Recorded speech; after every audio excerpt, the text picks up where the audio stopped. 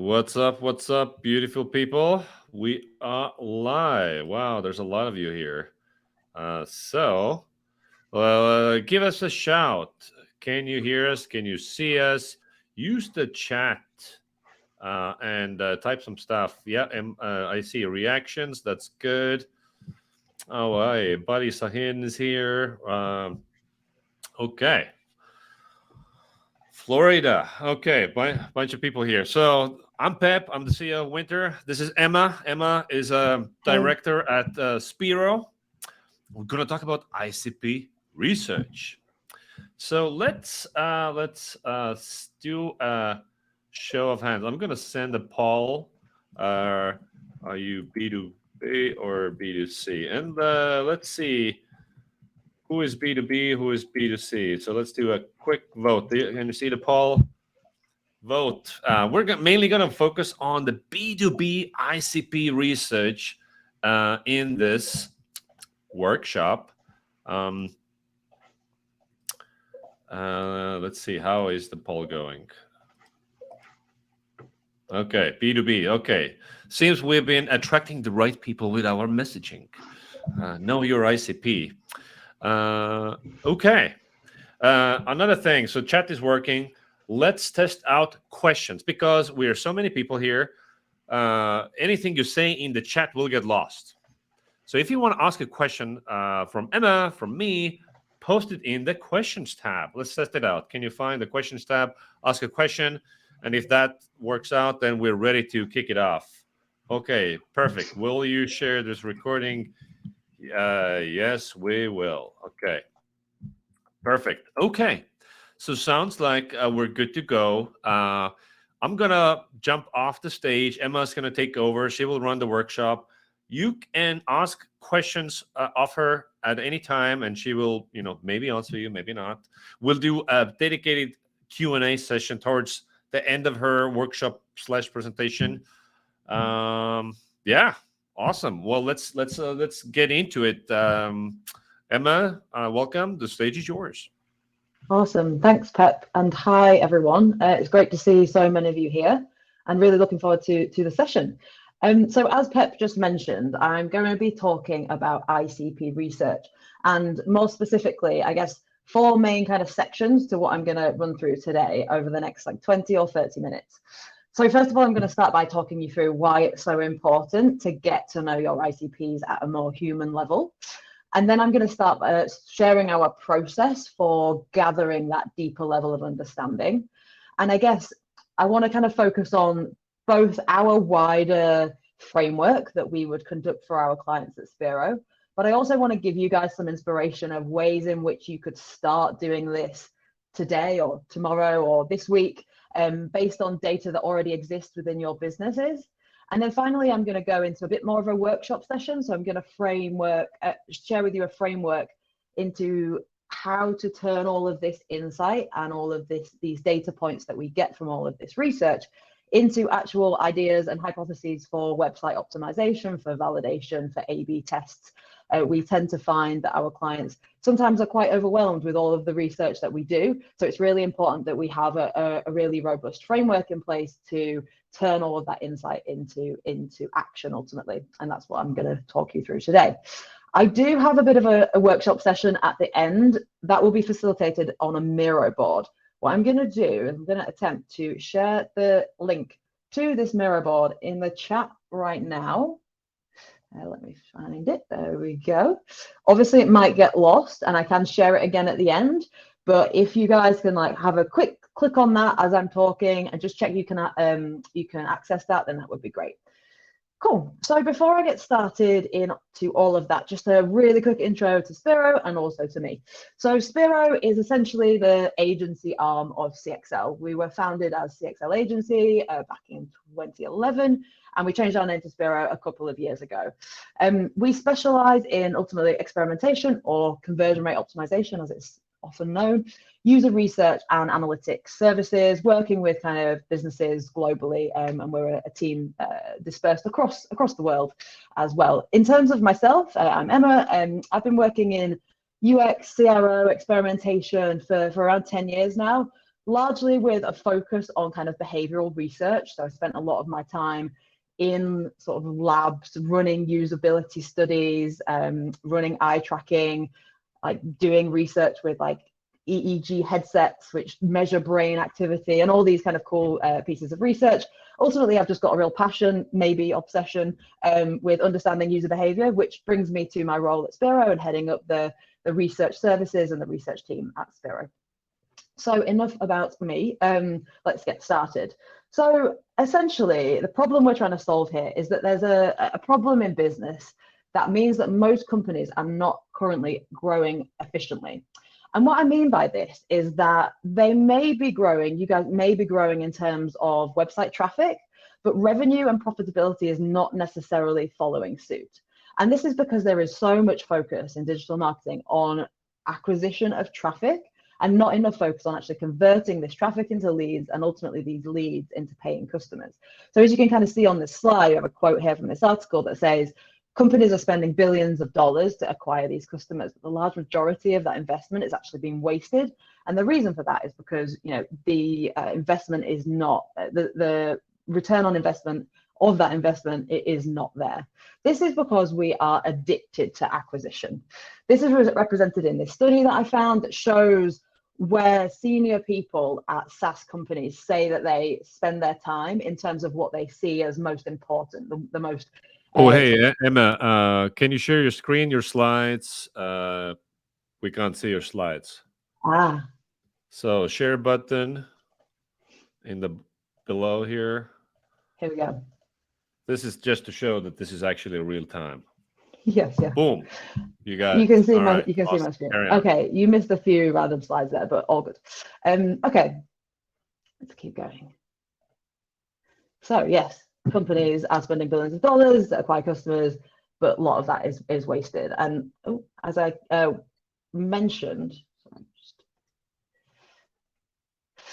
this article kind of shows this addiction to acquisition that we're seeing at the moment. So senior people within SaaS companies, you know, spending more than 75% of their time on acquisition in terms of, you know, that's where they see as the most important use of their time. And you can see that there's huge disparity between that and things like monetization, which is ultimately, you know, turning those leads into money, and then also retention as well.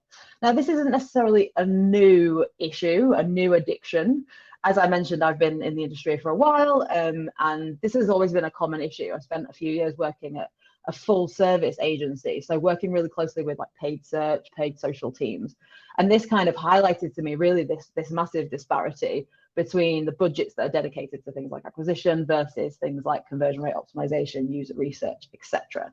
So as I said, this has been the case for a long time. I think the unique situation that we're in 2022, and I'm sorry about this very depressing slide, but we're in a very difficult position from an economic perspective. The economy is struggling after obviously the pandemic. There's war going on in Europe. Every day we're hearing about different companies struggling and having to lay off staff. And here's just like an excerpt of that, you know, negative kind of press that we're seeing at the moment. And ultimately business right now is hard in 2022. Therefore, in order to survive, the efficiency in terms of growth is really, really important. We also see that competition is still increasing. I was doing some research into this and I came across this article, and it was actually written in 2013, which without needing to point out the obvious is nearly 10 years ago. But even then people were saying, you know, there's probably 19 other companies just in your category, same features, same value props, similar pricing. Like, how are you going to compete in that market? And that was nearly 10 years ago. So, you know, we're still seeing this today, and the situation is only getting kind of worse from here. And ultimately, all of this means that customer acquisition costs are increasing. Ultimately, acquisition is an extremely expensive addiction. So how do you grow efficiently and compete in this crowded market in 2022? Well, ultimately, you need to shift your focus towards monetization, ultimately converting traffic and leads into these paid customers. And to do this, I think there needs to be a shift in focus in terms of really understanding who you're selling to, but also why. This quote really nicely encapsulates this. It kind of explains that there's an assumption that more is better, whether that's more traffic, more leads, etc. But a lack of kind of understanding really of our customers, and that deep understanding that we really need in order to market to them more effectively and ultimately to convert them as well. I can hear lots going on in the chat, and I can't really see it all. At the end of this section, I'll just double check if there's any like burning questions, and then we'll move on. So you might be saying to yourselves, well, we do already know who we're selling to. And I'd like to think that the majority of you guys have at least some understanding of the industries that you would benefit from your tools, and therefore that you're targeting, size of business, both in terms of employees and kind of turnover, etc. But and that's necessary and a good start. But I would argue that nowadays that's not necessarily enough. And I think that this post from this guy on LinkedIn really nicely kind of encapsulates this. So Jason says that most businesses define their ICP based on kind of externally available data, those things I just mentioned that he mentions in his post. And although, as I say, this is necessary and it's a good starting point, it leaves us with a very broad ideal customer profile. He mentions that, therefore there's not a lot of difference between your best and worst customers, but also, thinking back to that topic of competitors as well, very little differences between, the ICP of yourself and your competitors. And ultimately, it kind of leads to like generic marketing, generic messaging that doesn't address key concerns, key motivators, key pain points, and therefore doesn't resonate and ultimately doesn't convert. So it's kind of an ongoing cycle. We need to remember that we're not robots and we're not selling to robots. We are humans selling to humans. Even in B2B, I think it can be easy to forget that. Even if you're obviously you're selling to a business, but you need to convince another human, or in some cases, several humans, that your tool is the best tool for that business, your service is the best tool for them. So we really need to think about digging deeper, peeling back the layers, and really understanding kind of what matters to these people more essentially like an emotional level, and actually what keeps them up at night, in order to resonate and ultimately convert as we need to do. So the solution is research, you guessed it. So I'm going to go into a little bit more detail now about why. So research ultimately allows you to understand your ICP at a deeper and more human level, just mentioned that, but then that in turn allows you to develop a messaging strategy that truly resonates with those humans. This prevents a strategy that is based on assumptions and guesswork, and we so often see this. You can do that, that can be a strategy, like just throw things at a wall and see what works. Eventually you might find something that works, but it's going to take a long time and you're not necessarily going to know why it works either, so you can't replicate that. Start the process again, start throwing more at the wall to see what works, and it's effectively not an efficient way to grow a business. So yeah, we want to keep away from that as much as possible. And ultimately having this strategy based on a deeper, more human level understanding leads to more effective messaging and in turn more efficient business growth, which is what we're all ultimately here to do. So before I jump into the process of how we do that, I'm just going to have a quick look in the questions section. Will we be showing the recording? That's an easy question. Yes, we will be showing the recording. What are the general differences between ICP research between B2B and B2C? That is a really great question. I think that kind of might get answered in the process, so I'm not going to answer that yet, but I'll kind of, if it's not answered within the process section, then I'll definitely come back to that. Cool, so the process. So this is our ICP research framework. There's 6 kind of main research activities that we recommend conducting in order to gather the kind of clearest picture of your customers, prospective customers, and all those different kind of factors that I've mentioned a few times already. So, pain points, triggers, motivators, etc. As I mentioned at the start, the good news is that 4 of these research activities involve analyzing data that actually already exists within your business. So what I mean by that is maybe it exists already in like a spreadsheet somewhere, or it's sitting within a tool, or actually it's maybe in somebody's head and you just need to kind of extract that out. But ultimately that person is somebody that already is within your business, and that insight is there for you to go and gather. So I'm going to talk through each of these in a little bit more detail, provide you a couple of examples, and I'll start with the existing research methods that I've just mentioned. So, oh yeah, cool. CRM data analysis. So I'm presuming that the large majority of you, if not all of you, will have some kind of customer relationship management tool, system, database, something where you are able, your sales team are recording and managing those customer relationships. This is a potential goldmine of insights on the differences between different businesses, different people that your sales team has dealt with, both from, you know, high value long-term customers to lapsed customers, maybe prospective customers that never, you know, turned into paid customers. As I've kind of highlighted on this slide, the nuances between the different customer types, different customer segments can be really helpful to dig into as well. One thing I would mention is obviously the value of this activity is really kind of dependent on the type of data that you're collecting, the quality of the data that you're collecting.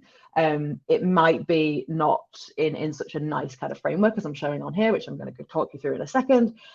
Any data you could do something with, but I think the more structured the data is being collected, then the easier it's going to be to kind of dig insights out. So this example that I'm showing you on the screen, I appreciate it's quite a small screenshot, but the point being, it's called the SPICED framework. Now, you know, we have no affiliation with this framework. We've used it a couple of times with clients, but it's just an example of a really effective way of gathering insights around these kind of key criteria. So these are situation, pain, impact, compelling event, and then decision. And these are kind of the key criteria that we can then do some analysis on to understand, okay, what are the situations that people are in or businesses are in when they come to us looking for a solution? What are the pain points that they're trying to solve? What kind of impact would a tool or a service like ours have on their business, etc. And you can kind of see this in action on some of the next few slides. So this is where we've then done analysis and tried to essentially quantified the data, the raw data that exists within here, into something that turns into, you know, something actionable ultimately. So we can start to see, you know, nearly 64% of people are looking to solve this particular pain point, 20% this one. So it also really helps us with prioritization, right? Because, you know, we can see 2 or 3 people down here are saying these things. They're probably not going to be the things that we should solve today. Maybe we could solve those, you know, in a few months' time, but ultimately we can start to kind of prioritize where we need to focus our efforts as well. So that's a little bit on CRM data analysis. Again, there's some more slides on this, like decision as well. Next one is chat log analysis. So I guess this is hopefully relatively self-explanatory in terms of what this is. So if you have a chat or an on-site chat tool, whether it's Drift or something else, analysis of the transcripts, again, can really help to uncover kind of, we call them FUDs, so fears, uncertainties, and doubts that users might be facing on site. This activity starts to get a little more tactical, I would say. The reason for that is it really kind of starts to address literally data or information, sorry, that is missing from your website. If users are asking questions about things, that suggests that either the information is missing from your website or it's there, but it's not clear. So this helps us to understand both where the website is starting to fall short, but also if people are asking questions about something that suggests that it's important to them, right? So we can start understanding, you know, what are the things that are still outstanding in terms of their questions, their pain points, etc. And again, I've kind of got another example. These slides kind of look quite similar, but it is the sort of example of where we pull that data together, and we can start pulling out these key themes and quantifying the key high priority kind of issues. And obviously from most of these research methods, the data is kind of qual in terms of, you know, it's written feedback, but what we're able to do, and I'm going to talk you through the coding process in a little while, we can kind of do this, or we call it coding, but it's sort of like a sentiment analysis type of piece of work where we tag each of the responses with a particular theme or a particular topic. And then we're able to sort of collate, you know, okay, 39 people said this, 29 people said that. Obviously, the sentiment, the specifics of what they said will be slightly different, but the sentiment will be the same. And this is where we can start quantifying these data points. Okay, the next two sources of data I'm going to talk about kind of together. They're kind of similar, but I want to kind of point out the reason why we think that they're both really important. So call listening. So this is kind of listening into the recordings or listening live to sales and customer service representative calls. The real value here is understanding and hearing customers describe their challenges and their motivators firsthand. This is kind of a really powerful hearing it in their own words. And I think actually, again, thinking slightly more tactically, hearing customers describe or potential customers describe their challenges firsthand even can give us inspiration in terms of terminology, language. What types of terms are they using? What acronyms are they using? What language are they using that we could then, replicate on site because we know that that's the type of language that they understand and that they use. We often hear feedback when we're using tools like Wynter that there's too much jargon, there's too much kind of copy that I don't understand. Well, actually, let's try and speak in their language. And one way to do that is to listen to them speak. And that's a really effective method. The drawback of call center listening is that it's quite time consuming. And it's only therefore realistic to do on a relatively small scale.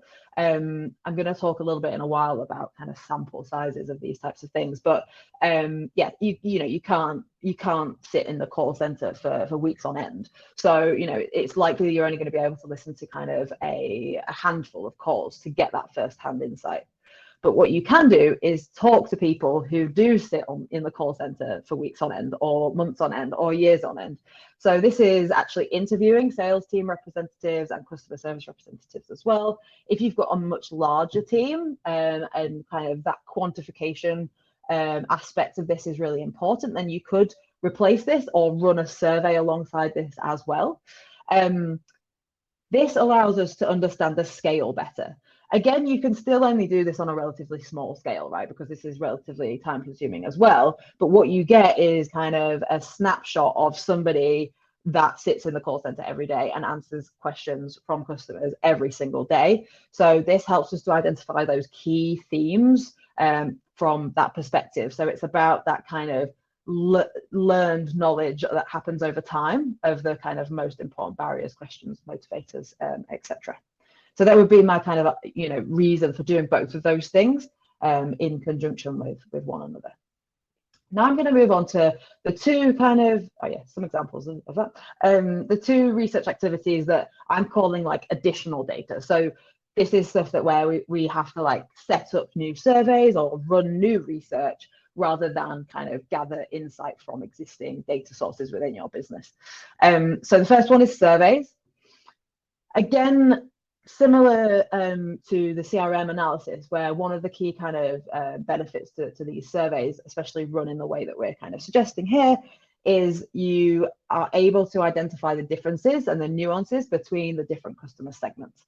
So we would sort of look to run with our clients a survey to current customers, ideally potentially segmented by certain criteria as well. So perhaps size of business. You can see an example here where we did a survey for like smaller businesses, and then we had one with medium size and larger sort of enterprise level businesses as well. And then we were able to kind of identify the differences across each. And then also the benefit here is being able to quantify insights across some of those lower sample size methods, like interviews, like call center listening that I mentioned. Surveys, we would be looking for something in the region of like 200 to 300 responses for each different survey. And that would give us kind of strong confidence in kind of the signals that we were getting from that sample size. There is a sort of caveat to that, I guess, that A, sometimes that's not achievable, and B, if you're a huge business, perhaps we need to go larger. So there is sort of a bit of a caveat there. We would also be looking to talk to lapsed customers if possible. Sometimes this is difficult to get lapsed customers to answer our questions. But then also a survey that we send to essentially potential customers. So people or businesses who fit your ICP currently, but don't currently use your tool. So tools like Wynter that Pep's going to talk you through in a few minutes can really help with giving you access to these types of people so that you can understand, you know, their pain points, their blockers, motivators, etc. as well. I'd say the surveys is a really, really important part of the process in terms of all those different customer segments and being able to identify the opportunities and the differences across each. Here's an example, as I've just shown. So as you can see here, in terms of sample size, like we struggled here to get the 200 to 300. It really depends on the size of the business and a few different criteria as well, like the incentives that you're going to give. But yeah, there's a few things to consider there. And then, yeah, in terms of running it for different segments, here you can see a smaller company, and then we kind of compared this data to the data that we got from the enterprise level and the medium-sized company as well. Okay, and then the final kind of point on the diagram, on the framework, essentially, is copy testing. So this is quite a nice kind of you know, segue into Pep's demo that we'll do in a few minutes. But message testing on key website pages via Wynter ultimately allows us to understand where the current messaging is falling short, and and one of the really powerful things about Wynter is, again, similar to the surveys, it gives you access to people who match your ICP in terms of those things that we talked about at the start. So industry, business size, etc. And then we're able to understand what resonates, what doesn't resonate. You know, does the copy address the FUDs? All of these types of clarity issues, etc. The other thing I would mention about copy testing at this stage is this provides us with a really important benchmark for any future iterations. So everything that we do is about identifying, you know, insights, opportunities, creating a hypothesis, which we're going to do as part of the workshop session in a few minutes, and then testing that. And that might be A/B testing on a website, but it also might be via copy testing through Wynter. You can kind of see an example just here of the types of quant data that we get out of Wynter. So this is like a scale of how compelling is this offer and how clear is this offer. And then we generate from there a score, like an interest score or a clarity score. Now, 3.5 out of 5, it's not the worst score in the world, but there's definitely room for improvement, right? So by doing this at this stage on key pages, we're able to then take all of the insight that we gather with doing all of this research, come up with hypotheses for improvements, and then, you know, make those changes to the page, whether in the design or whether live, and then upload that into Wynter and understand, does that change the interest score? Does that change the clarity score? And that's where we can start measuring the impact of what we're doing. So that's why I would really kind of recommend and suggest utilizing copy testing on Wynter as part of this initial ICP research ultimately. Some examples of some more data from Wynter. Obviously, we're going to share this deck so you can kind of see a bit more of the examples that I've shared just then. So that finalizes, you know, me talking a little bit about each of those 6 research activities. I could probably talk about each of them for an hour if I had time, but I think you'd all be a bit bored by them. One final kind of point I want to make on this framework or about this research in general, and this actually applies to our Research Excel model as well, which is our kind of standard research methodology that we conduct that's more kind of UX focused, I guess. And I guess that kind of talks a little bit to that question about B2B, B2C, is that I like to think of, you know, this research as a jigsaw puzzle. So doing any one piece of this, this framework gets you closer to this end goal of ultimately kind of finishing the puzzle, right? Knowing everything there is to know about your users, your customers. But each research method is kind of like an additional piece of that puzzle.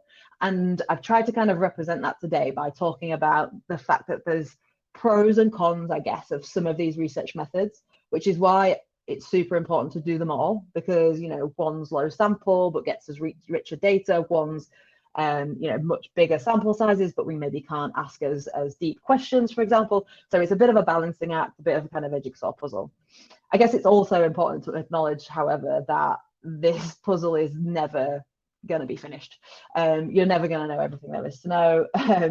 It's all, like, you know, it's continuous learning ultimately, and getting closer and closer to that puzzle with research, as we're doing here, but also with validation methods. So, you know, testing things in Wynter, and ultimately experimentation, like A/B testing as well. So it is a fruitless endeavor. We will never be finished when it comes to optimization. Just a quick note on the coding process. Somebody just looked shocked when I said it was a fruitless endeavor. I didn't mean it was a fruitless endeavor. I just meant it will never be finished. Laughing faces now. Just a quick note on the coding process. This is really just like an FYI that we have a range of different coding templates that we're more than happy to share with you guys. I've actually put together a playbook, which I'll also put in the kind of follow-up insights as well that we share with you. The playbook goes through the specifics of running the Research Excel process, which is kind of a version of this process, end to end, like every single step that there is involved, which includes this coding process. Essentially, this is kind of a sentiment analysis, but we've not had a lot of luck with doing this like with automated tools, so it is a manual process. This is another reason why sample size is something to consider, because if you have 1,000 pieces of data to analyze, and you're going to do it manually, that's going to take a long time.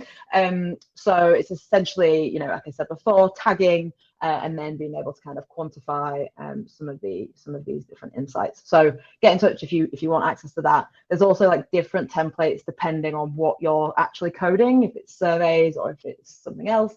So let me know what you're trying to achieve, and I can help you get there ultimately.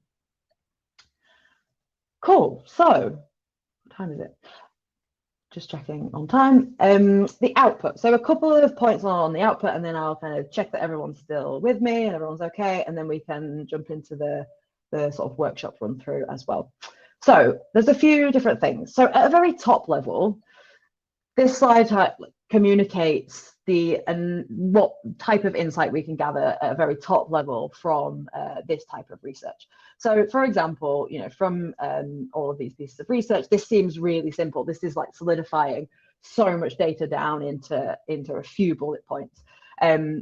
Top customer concerns and top motivators. And then this provides us ultimately with like a checklist to review the website again. So we can kind of look through the website with a new lens at this point, because we actually know what the key customer concerns are and the top motivators are. We need to make sure we're addressing these concerns within our messaging and content as a high priority. But then also from a motivator's perspective, these things can kind of be, I guess, like sprinkled throughout the user journey, potentially at key points where we feel like people need kind of a helping hand in the right direction, like to help motivate them towards, filling in a form or picking up the phone or whatever it might be. So there's a few different ways that we can use these different pieces of information that we gather from this research. As I say, this is quite top level. If we want to get more granular, we can start thinking about these kind of, I guess, like ICP persona type pieces of work. And this is kind of an example of what this could look like. Again, I can share like a template for what this could look like. I mentioned quite a few times about kind of the nuances and the differences between different customers. And this is really important. This is where we can start thinking about things like personalization and providing content to users depending on their roles, for example, or depending on their responsibilities, challenges, etc. This is an example. We would likely put together, 2 or 3 or 4 of these for each project, depending on the client, based around those different kind of segments that we identify within the research ultimately. And then these can be used as well throughout the business to make sure that, we're always considering what's important to our prospective customers, to our ICPs, throughout not just website content, but all other types of content as well. One small caveat to this is, and you might be thinking, yeah, I've seen slides that look like this many, many times. They've quite often got like a little picture in the corner. Sometimes, people give them names. And they're kind of, we call them personas often in the UX industry. Quite often, at least in my experience, personas are made up. So, people will say, well, no, we're not making these things up. We're not basing our copy on assumptions, because we're basing them on these personas. But the personas were made up in the first place. So it's like this never-ending cycle, right? So the difference here is that this is only done when we've done all of those research methods and pulled that all together and done quite a deep level of analysis ultimately. And then we get to the insight and ideation workshop. So this is where we start to think about how do we take all of this stuff, even these things, and start turning these into actual changes that we're going to make on the website, whether that's copy changes, new pieces of information that we're going to add, whatever it might be.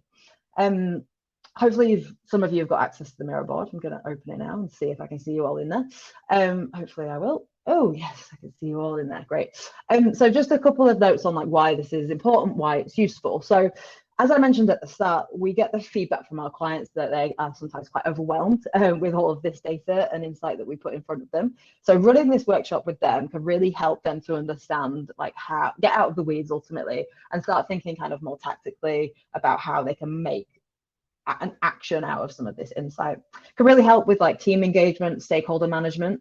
We've all heard the stories about the hippo that comes up with random ideas because he read an article or somebody told him that this was a good idea, and this really helps stakeholders to feel involved because you can invite them to the workshop, but it keeps them honest about why they're coming up with the ideas that they're coming up with, because we're forced with this framework method, this workshop method, to come up with ideas that are grounded in research and insight, and ultimately mitigates against random ideas. So I'm just going to do a little check-in again on time, because I think I was a little bit longer than maybe I expected. So I'll just jump into chat. There's lots of different questions in there. So I'll just essentially talk you through this workshop that's in Miro. And to be honest, I didn't necessarily anticipate so many of you, which is great that you're here. But what I would say is if you want to get involved and actually start editing some post-it notes, then it would be awesome to see you all doing that within there. There's lots of you, so it might turn into a little bit of a mess, but it's all good. We can go with it. So what I want to show you first, I guess, is this colored area with the 6 different boxes. I guess this is self-explanatory, but these are the different insights from all of the different research methods that I just talked you through. So we put together a key themes or a key takeaways slide from each different research method, and each of those gets a post-it note. The reason I've color-coded it is because what we can then start to do is we can almost do a card sorting exercise on the insights. So an example of this, and I'll just do this down here, is pricing. So here we can see from the chat logs, people are asking how much does it cost? We can kind of also see here from sales interviews, people are asking how does pricing work?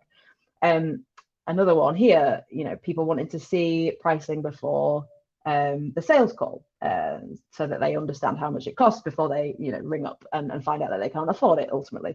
So if you do this on a larger scale, what you start to find is these little groups of insights, and these are essentially what we would call the key themes or the key areas of opportunity, and that's what we would start then populating in this second section just here. And I'm going to zoom in a bit just to here.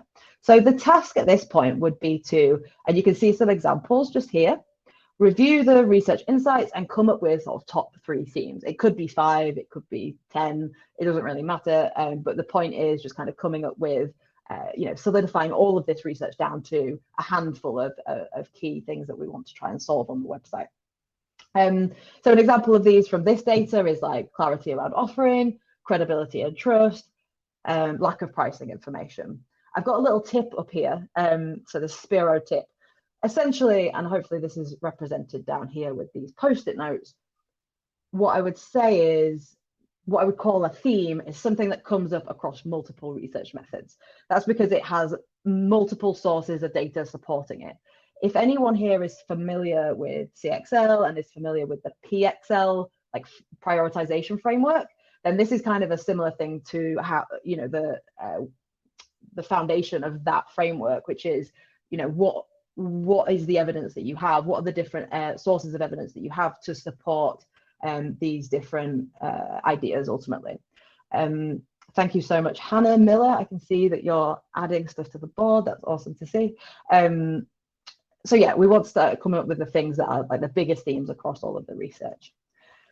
Then what we would look to do is some sort of UX heuristics, I guess.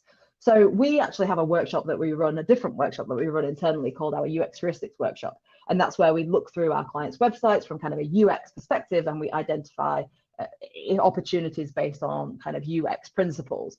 Now, that's all very well and good, but it's difficult for us in many ways to understand from a content and a copy perspective what works and what doesn't. Like we can do it from a UX perspective because, for example, we try and fill in a form and it doesn't work. Whereas from a copy perspective, it's really important that we have this foundational knowledge of what matters to our customers before we can start really coming up with ideas of how we could fix the copy and the content ultimately. So you can see here, we've got like an example of a landing page, and we've come up with some ideas that relate back to each of these different themes. So for example, lack of pricing information, add a pricing page, lack of clarity around the offering, show visuals that actually clarify how the tool works, just some like top level examples. So this is, and you might do this on one landing page, you might want to do this on, you know, more key pages, but ultimately it's about training yourselves, training your teams to look at the website through this research and customer lens, not through a, oh, I don't think this makes sense, so let's change it kind of lens. Again, another Speero tip is to think about this statement, how might we? So what we mean by this is, if we think about these key themes, how might we increase credibility and trust? How might we improve, you know, clarity around pricing information, etc. If you think in that way, then it helps you to kind of come up with ideas for improving those things. Cool. Great to, again, see you all coming up with ideas. I love that. Okay, and then the final step is coming up with a hypothesis. So we've done the first two stages. The first two stages are because. So this really keeps us honest. Having this in the hypothesis framework, there are lots of different frameworks for hypothesis like creation out there as well. And the reason that I'm drawn towards this one is because it keeps us honest, because we have to refer back to the reason why we're doing this thing in the first place. And this is that because. So ultimately you have that in form of these key themes. So because we know that there's a lack of clarity around offering, for example, we propose, and then we have the test idea, you know, showing visuals that clarify how the tool works, offering a quality guarantee, like whatever it is, that's the solution, that's the test idea. And then the final thing to think about is essentially the expected impact. What do we expect to happen as a result of this? You know, more people will fill in forms. Even, you know, the score on Wynter will go up from a 3.5 to a 4 or whatever it might be. However you're planning on validating, you know, we still can write a hypothesis for different forms of validation, whether it's an A/B test or not. So then ultimately we come away from this workshop with a handful of data-driven, insight-focused, you know, customer-centric hypotheses for A/B tests or for Wynter tests or for implementing on your website ultimately. So yeah, I hope that you're all still with me. I realize that was quite a lengthy discussion. So yeah, I think that is essentially kind of the end of everything I wanted to go through today. I really hope that you're all still with me and that this all was super valuable. I can hear that chat like pinging in my ear constantly. So I don't know if we're going to go to questions now, Pep, or Wynter demo next. Yeah, so there's 15 minutes left in our scheduled programming. There's a lot of questions. So I propose that we'll do next 10 minutes of questions. Then I'll show how to do ICP research using Wynter. It takes only 5 minutes. Click, click, click. This is what your ICP thinks about you or what the problems are. Mm-hmm. And then if you have time, Emma, we can do more Q&A after. I understand that some people have to leave, but it seems that there's just a lot of questions. So let's just hop into the top questions. I'm going to open up the questions tab. I prioritize these by the number of upvotes. And nice. So Casper is asking here, we ditched personas and ICPs and focused on jobs to be done instead. Thoughts? Okay. Yeah, great question. For me, this is it's a question of terminology. to a certain extent. I agree that there's some nuances between these different methods. But as I mentioned before, buyer personas, they get a bad rep in some places. I've had bad experiences with them. And then we've done jobs to be done interviews and jobs to be done type frameworks as well with some of our B2C clients, and that has kind of worked really well for me. I'm not particularly precious about the particular framework that you use or what you call it, as long as it's a robust process and that there's been lots of research that's been done behind that to come up with that kind of framework. For me, that's the key, and the name of it and the particular framework or the type of methodology that you use, I'm not so kind of concerned. I would add here that these things are not mutually exclusive. Actually, in fact, it's mandatory that they go together. What is the job to be done for my ICP? If I'm selling to CMOs, I know that they have the budget, they have the need, blah, blah, blah, blah, blah. What need do they have? What job do they have that my solution is? So it's a critical part of the ICP research is to understand the job to be done of your ICP. All right, next question. Brandon is asking, what about the front end, early stage side with little historical data? Do you always view the ICP definition as a post go-to-market activity? If not, what is your view of effective strategy for defining ICPs at that stage? Great question.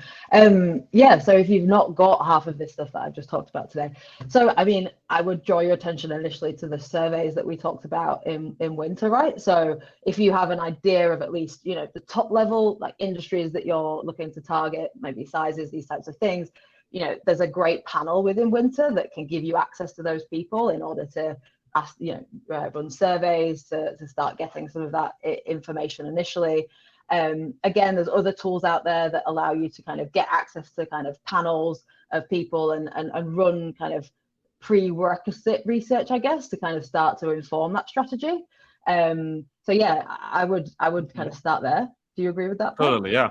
I mean, there's a difference between customer research and buyer research or target buyer research. So if you have no data, you're just launching a hypothesis, you're a startup, you can't do most of the customer research that Emma was talking about here because you have no data. So you have you need to research would-be buyers, right? So you define I think my buyers are this, this, and this, and then you survey those people through Wynter, or, I mean, if you have access to these people, then, use whatever you have. All right, next one.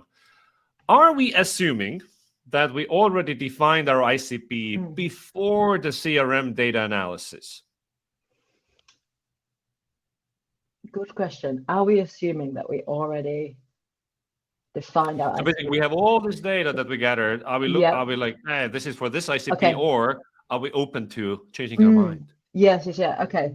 So I guess yes and no. So I guess maybe there was an assumption from me that yes, you had already done that, but I think we could use that activity and some of these other research activities, right, to define our ICP. I think one thing we talked about, and this has been really transparent when we were kind of developing this service, was our ideal ICP for the ICP research is people that already know their ICP, in theory. But it's not to say that we can't, tweak that and find insights in here that will help inform. And it goes back to my final point, or one of my final points of it's continuous process, right? We're always finding out new stuff and then trying it and validating it. So yeah, I wouldn't be worried. I wouldn't be scared to change your mind or tweak things.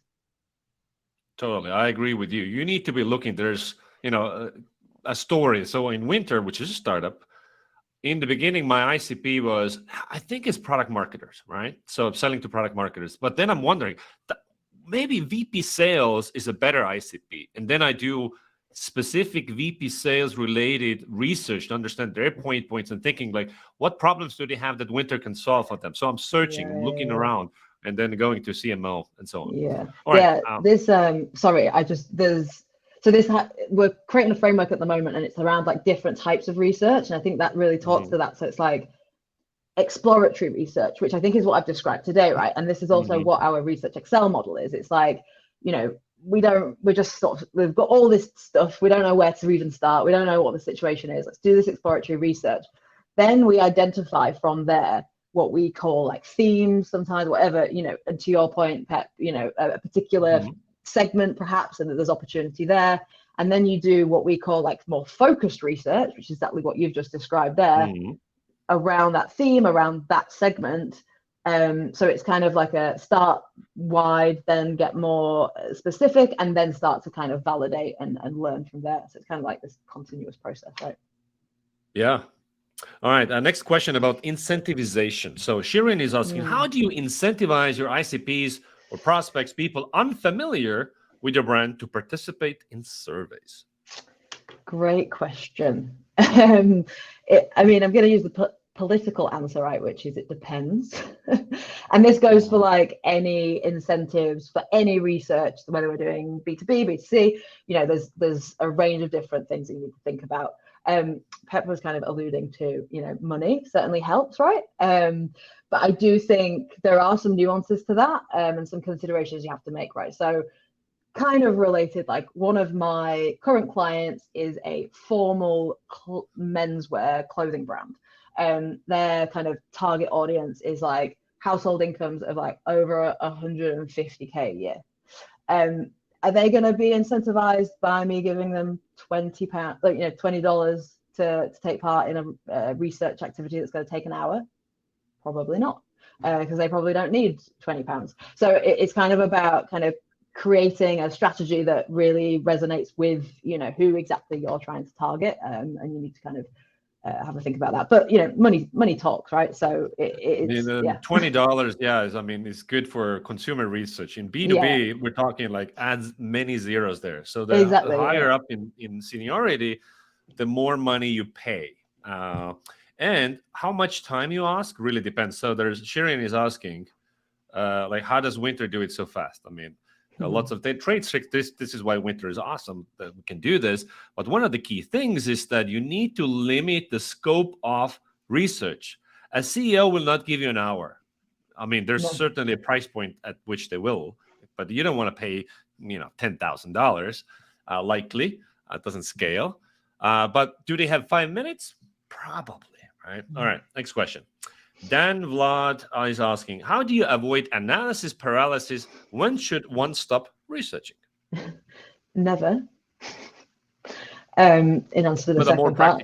Yes, of course. So I guess there's a range of different ways. So I mentioned being realistic about sample sizes, right? So, the more data, the better. But there is a point at which you're gonna, the investment in time and effort is not going to be returned by insights. So there's like a quote there's like a stat from Nielsen Norman around like usability studies and how many to do and when to stop. And he says that like 5 studies and you start getting the same insights over and over again. So whether that's true or not is up for debate. But I think it's that kind of point is, we kind of try to cap the larger data sets at like 200 to 300 responses, depending on the size of your business. We've got a team of analysts that obviously, do that work for us. But that said, that is an achievable amount of data to get through manually. So I would say, cap things sensibly. That would be my kind of main advice. And similarly with smaller data set things, when it comes to interviews, these types of things, don't try and do too much. Don't bite off more that you can chew. I sort of talked about this like jigsaw kind of analogy, right? So it's like, doing 5 interviews is better than doing none. You don't have to do 50 for it to be worthwhile. So I think it's just about being really realistic about what you can achieve. All right, so we'll come back to Q&A in 4 or 5 minutes. I'll show you how I have personally used Wynter to do ICP research for Wynter. And so I'm going to share my screen and just show you the kind of insights. So the beautiful thing about using Wynter is that this is buyer research, not your customer research. It's not the people who are in the database. For that, you don't need Wynter. You can just email them or call them up. You can see it, yeah. So in Wynter, we have this product we call Buyer Intelligence Service. Essentially what it is that you choose a survey. We have templates, pains and gains, like what is the pain of the target audience, the target customer, what is the desired gain, jobs to be done. So let's say we choose a jobs to be done template, I give it whatever name. And then once the survey template opens up here, you can of course customize these, add your own questions. This is just standard jobs to be done survey. If you're not sure what to ask, you customize this. Let's assume that we customize this. We know what we want to find out, which is key part of research. What is it that we're trying to find out? And then you choose, who do I want to hear from? So maybe I have 3 hypothetical ICPs. So I can do, maybe I sell to director level, or maybe I sell to VPC level. So maybe one of my ICPs is, I don't know, let's say customer success director. So I choose this as the audience. And then, like, how many do I want? And then I can run another survey, targeting data science director, whatever my audience is, right? So you can either group them, bucket them into one, or do the same survey serving different ICPs, yeah? And then which is that's it. Pay money, and in 12 to 24 hours you have the answers usually in 24 hours. So let me show you what I have asked and learned. So I have been researching this ICP of mine called product marketing managers. So it's one of the key buyers of Wynter. So of course I want to know, what is your biggest pain point? But when it comes to go-to-market strategy, so what I was trying to do here is figure out how I can frame Wynter and why use it as part of your, shaping your GTM go-to-market strategy, right? And they tell me biggest pain points, right?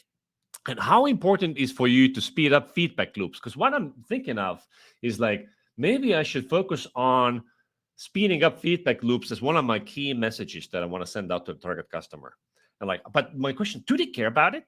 Yeah, they care about it. Yeah. So this is learning. While in a different survey that I ran, I was like, hey, like, maybe conducting customer research is a pain in the ass. It is for me, because, like, scheduling the interviews, incentivizing people, doing all the manual work, it's a pain in the ass. Like, Wynter takes all care of it for you. But turns out the perceived pain, which is different from real pain, but perceived pain is what opens wallets, is low. It's like, meh, it's not a pain. Right. So, okay. So I'm not focusing on this messaging, because I learned that actually it's not a perceived pain point. And also, like, what do you miss? So this is for my product strategy reasons, how big of a pain. What are your top 3 pains when it comes to working with messaging? And they tell me, right? So they tell me exactly what their pain points are. There's a lot of open-ended voice of the customer data, so like how they call things. And one of the key things that was surprising to me that I picked up from this survey here, particularly, was that getting agreement between what we're saying in what order with founders. So basically, internal alignment. CEO wants to say this, marketing wants to say that, product wants to say this other thing, right? And this keeps on coming up here. This keeps on coming up. And now if you go to wynter.com, our homepage, it's one of the things that we focus on. It's like internal alignment, confident consensus, right? Or what is your main challenging when it comes to validating positioning? How are companies even validating positioning, which is one of the things that Wynter does, helps them do. And they tell me, this is rich data. And imagine you're a marketer. It's like, I wonder if they care about this pain point. Blup, blup, blup, set up a test, send it to your ICP through Wynter, wait 24 hours, and you have the data, right? That is the beauty of how you can do ICP research with Wynter. End of a quick demo. So if you have any questions, add them to the row here. So 5 minutes, I think I got it good. All right, so let's carry on. If you have to leave, thank you for attending. If you have more questions, Emma is here. All right, so Pieterian. I'm not sure how to pronounce your name, but I gave it my best. How do you feel about interviewing customers, former customers, and prospects who are still in the funnel instead of the employees? Surveys are very scripted, and it's hard to dig deeper. Sure. Yeah. I feel good about that activity. I think the reason why it's not included there is, although yes, surveys are harder to dig deeper, we do get that bigger sample from surveys. And we're able to get some of those other customer insights from, we talked about call listening. So that's like really hearing from them firsthand. So this kind of combination is working for us and our clients right now. Customer interviews are something that we do maybe actually more in B2C as well. But there's no real reason not to do that. If you had time and resource to do that as well, or instead of that survey, then perhaps. But I would guard against removing the survey, just because of the fact that really helps you to quantify the insights on a bigger scale. So I'd add that in. Surveys are very scripted. I find maybe I'm missing what you're meaning by that, but ask open-ended questions. There's nothing scripted there. I mean, if you have multiple choice, you get garbage data, but open-ended questions. Anya is asking here, in addition to offering incentives, any tips on how to boost survey response rate? Tricky. A sensible kind of reminder strategy, keeping people interested. People don't open emails sometimes, keeping people interested in that way. But also making sure in the copy that you are resonating with them within the email copy. So, for example, explaining like what you're going to use this information for. Everybody likes to feel useful, right? So if you explain to these people that this will be used to help inform the marketing strategy, copy on the website, I think again kind of appealing to their human angle and kind of saying, we're looking for your help, your insights are really valuable to us, like making them feel kind of special. I know these things are small kind of nuanced things. Ultimately the incentive is going to be the thing that's going to make the main amount of difference. But I think the email that they ask, make it super short. Like if you send this long email, they're not going to read it. Super short. Why? What's in it for me? Please, I'm begging you, maybe you share the data if it's interesting to them. Yeah, that's a good point. Do that. Okay, next question here. Hannah is asking, do you have any automation tools to support the research activities such as live chat, transcript analysis? As I mentioned, we've not had a lot of luck with automating the process. So using automation tools and also doing it manually and comparing the results, we see that things are lost in translation, so to speak. This is another reason why the 200 to 300 responses kind of works, and we do tend to do things manually. That said, the template that I mentioned that I will share, it does speed up the process quite a lot. So no is really the answer, but there are some ways that we kind of make sure that that's not a really laborious process. Yeah, I've used various like natural language processing, qualitative data summarization tools, but they're really like meh. It's like they miss out on the insight. They can do your like word cloudy things and then sentiments, but not really useful. So there's no good replacement for just manually reading through it, especially if it's qualitative, open-ended stuff. Yeah, I've tried to use it before in like moderated research where, we're running loads and loads of interviews over multiple weeks, and somebody has to like transcribe everything. That's a big job. We tried to use like these, where it records you and transcribes it, but it's like actually hilarious what it actually thinks that people are saying. It's not helpful. Yeah. Next question, I think, is about frequency. How often you should use the research Excel framework? What's a realistic frequency for getting new actionable insights out of the sources you're exemplifying?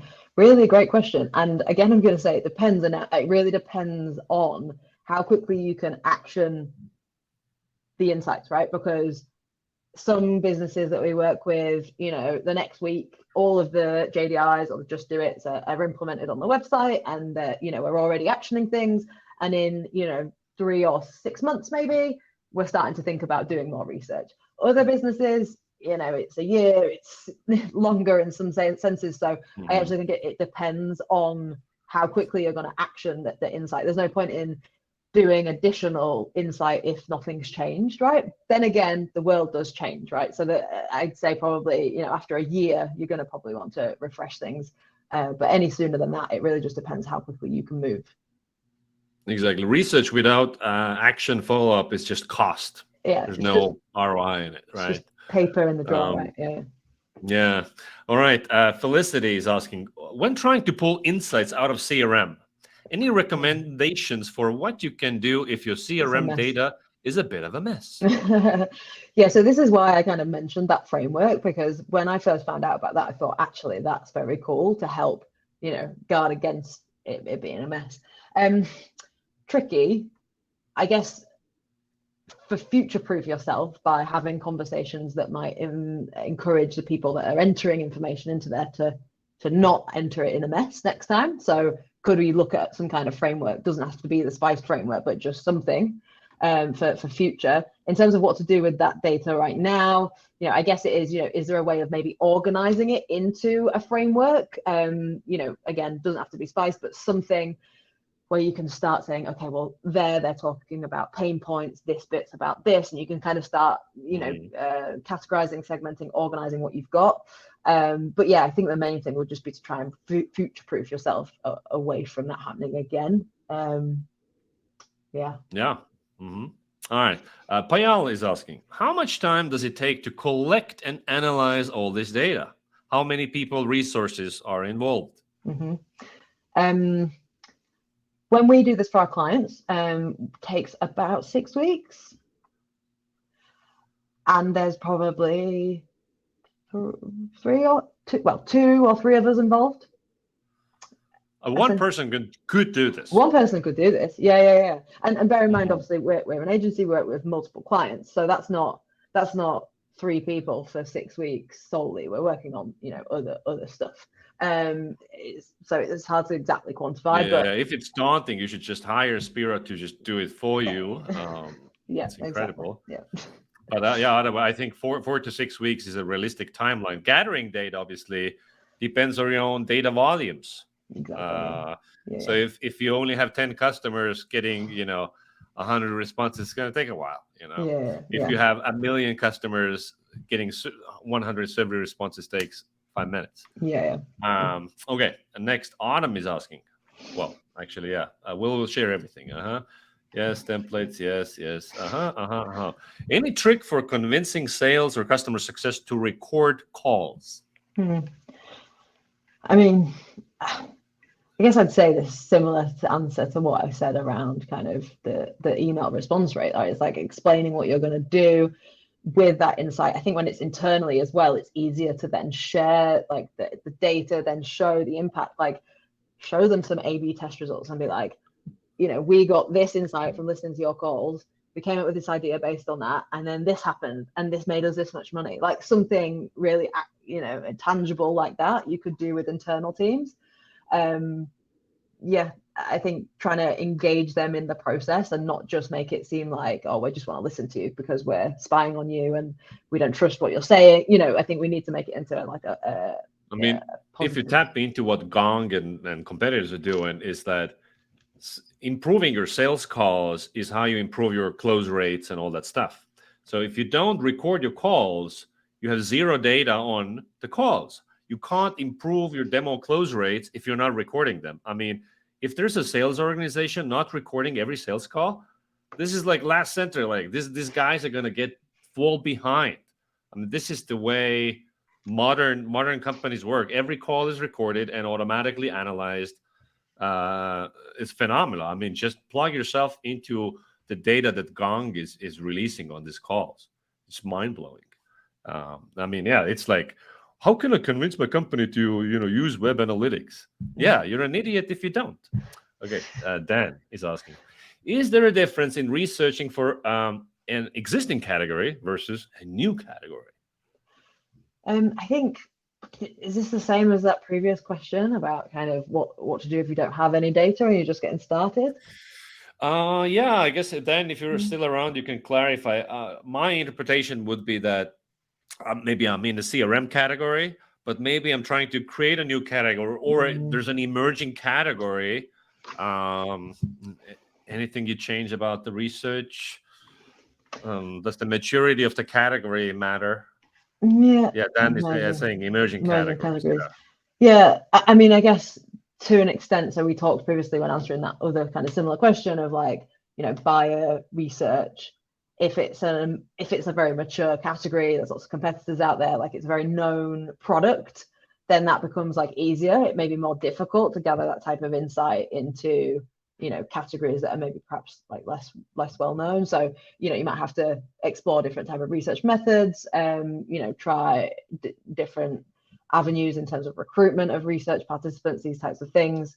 But I think ultimately in most cases, the research process kind of still stands. It can kind of be, that's kind of the beauty of like Research Excel, and this is like, it can be kind of like Research Excel. We could do Research Excel on an internal tool, on all sorts of different things. Like, it doesn't have to be a website. So yeah, totally. I agree with you. I think the maturity level of the category does not matter, because also categories, they're like abstract constructs in our mind. They don't really exist. It's like the country of Sweden only exists because we all agreed that it exists. If you go to the border, there's like nothing there. Okay, Mark, who commissions this type of research? Head of product, founder? Who is your main ally within the SaaS company? In my experience, at least, it differs across client, and it differs across organization, and it depends on who, just like with experimentation, we have points of contacts, everyone from the CEO being the main point of contact to digital marketing managers, UX managers, lots of different people. It really kind of depends on the size of the organization in some cases, because you're not going to get the CEO of a huge corporation being our main point of contact for an experimentation audit or a piece of research. It tends to be the smaller companies.